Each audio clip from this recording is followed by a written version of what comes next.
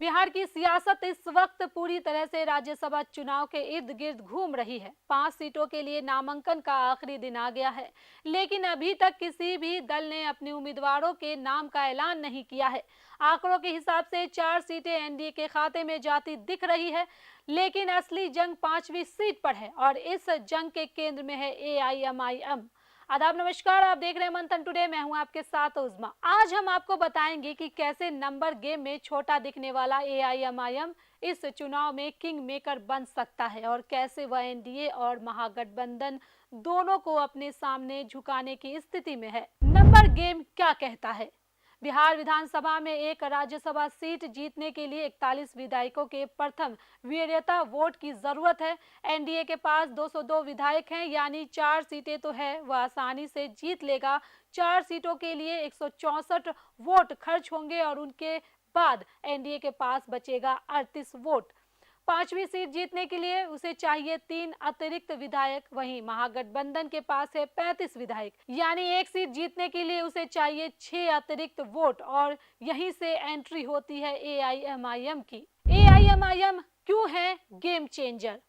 बिहार में एआईएमआईएम के पास 5 विधायक हैं। ये 5 वोट इस वक्त सोने के भाव हैं। अगर ये वोट महागठबंधन को मिल जाए तो विपक्ष का आंकड़ा 40 तक पहुंच सकता है।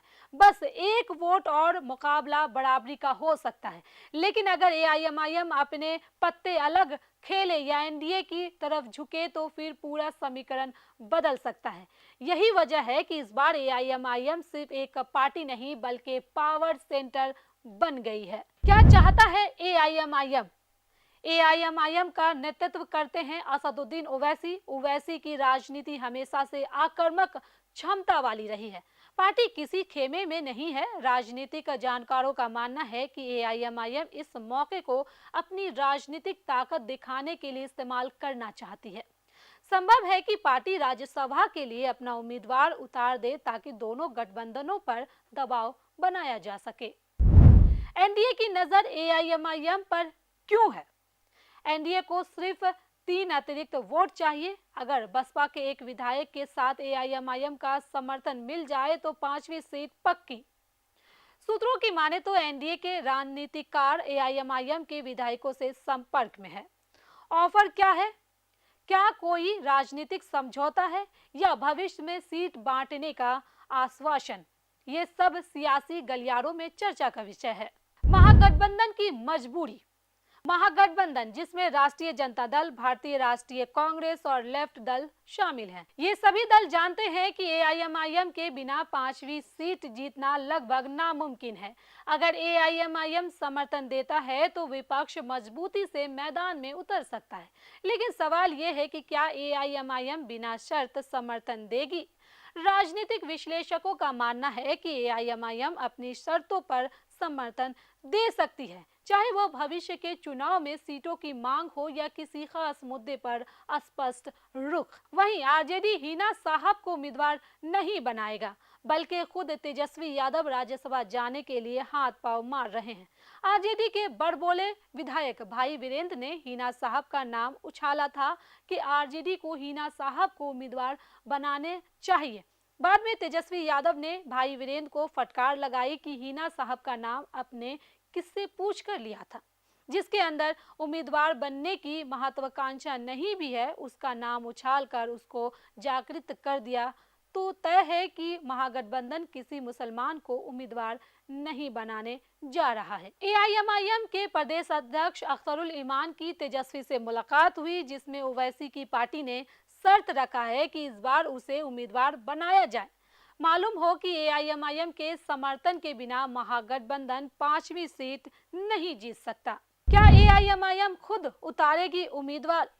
सबसे दिलचस्प संभावना यह है कि एआईएमआईएम खुद अपना उम्मीदवार उतार दे।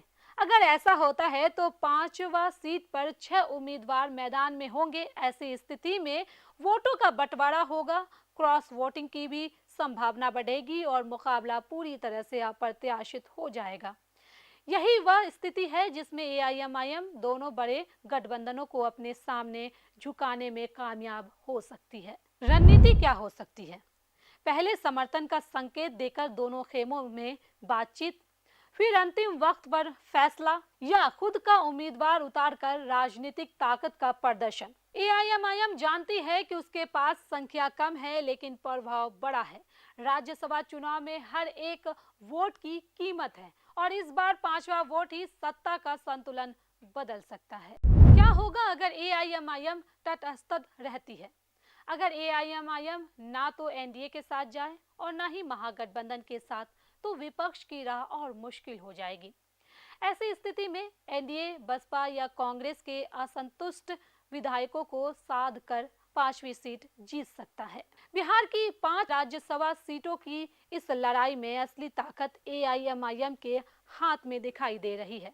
नंबर गेम में छोटा दिखने वाला यह दल इस बार सियासी शतरंज का वजीर बन चुका है।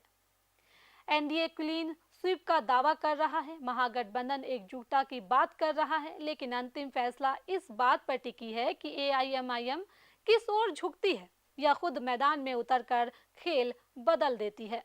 अब नजरें नामांकन के आखिरी दिन पर है। देखना होगा कि एआईएमआईएम किस चाल से बिहार की सियासत में नया मोड़ लाती है। तो चलिए फिलहाल इस खबर में बस इतना ही। देश दुनिया की ऐसी तमाम बड़ी खबरों के लिए बने रहे मंथन टुडे के साथ। साथ ही हमारे चैनल को लाइक करें, सब्सक्राइब करें, फॉलो करें और निष्पक्ष पत्रकारिता देखना है तो देखते रहे मंथन टुडे। बहुत बहुत शुक्रिया।